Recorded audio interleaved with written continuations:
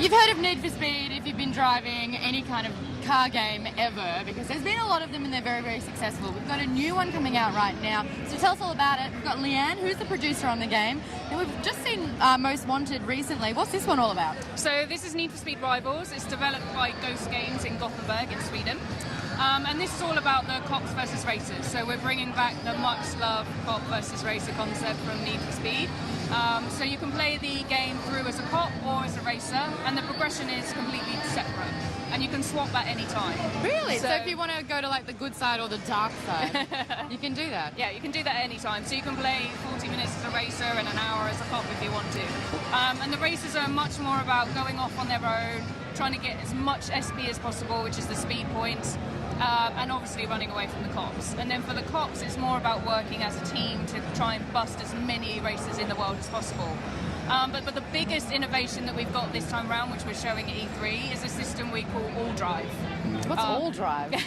Which is how you play the game. So All Drive basically destroys the lines between single player and multiplayer. So Need for Speed Rivals doesn't have any single player screens or multiplayer screens or lobbies. It's just one world, one experience. So it's like an open world. You're in your car and you drive around and you can drive into races and you can start things like that? Yep, for sure.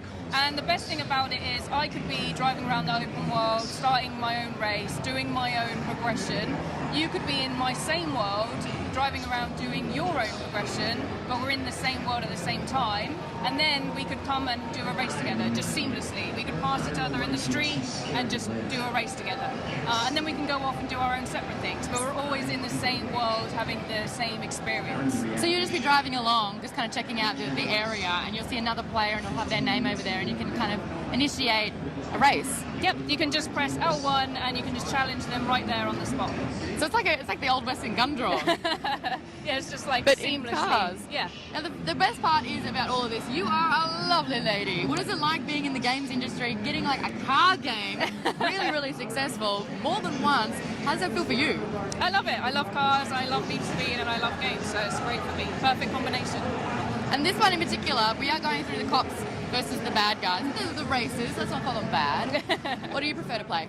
Racers, definitely. Fast car. I mean, although cops in Need for Speed Rivals do have fast cars as well, like the cop at E3 is the Garrett. I mean, ridiculously fast car, but for me it's a racer, definitely. Just go out and drive as fast as I can. And you accumulate the SPs, the speed points. What do you get when you get those? What can you spend them on? So the racers use the speed points to upgrade their pursuit tech and upgrade their cars and go through the progression.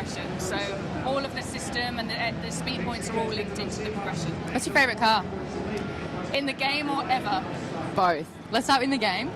So in the game, the F12 Berlinita, which is what we're showing, Ferrari. We haven't had Ferrari Need for Speed for like 7 years. Oh, Ferraris are back. Yeah, so that's a really big thing. And then for me in real life, either the Lamborghini Aventador or a TVR Tuscan, because it's English and I'm English. Oh, there you go. Do you love James Bond then and all the cars and all that kind of like Yeah. fancy tech equipment? Will we ever see a Need for Speed where we upgrade things like a James Bond vehicle where there's like the smoke, the smoke billowing out and then the rocket launchers will come out from nowhere? I think that might be a little bit on the sci-fi side, but maybe that's what I'm hoping for. Yeah. Well, when can we expect this game and what can we play it on? So November the 19th is PS3, Xbox 360 and PC, and then later in the year it's coming out on Xbox One and PS4. Well, there's new functions with Xbox One and PlayStation 4. It is a next-gen console. Yeah. Are you going to kind of be utilising what they have to offer to make the game better? Yeah, for sure. We want to take advantage of all of those next-gen features that are on Xbox One and PS4, and obviously it allows us to do more visual fidelity. We're on Frostbite 3 engine as well, so the same as Battlefield 4, which is amazing. Yeah. It means our visuals just look stunning.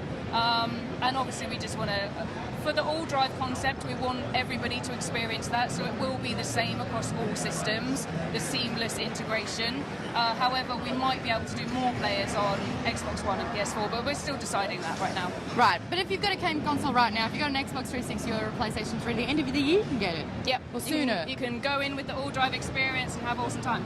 Fantastic. Thank you so much for the chat, Leanne. Thank you. Appreciate it. Cheers.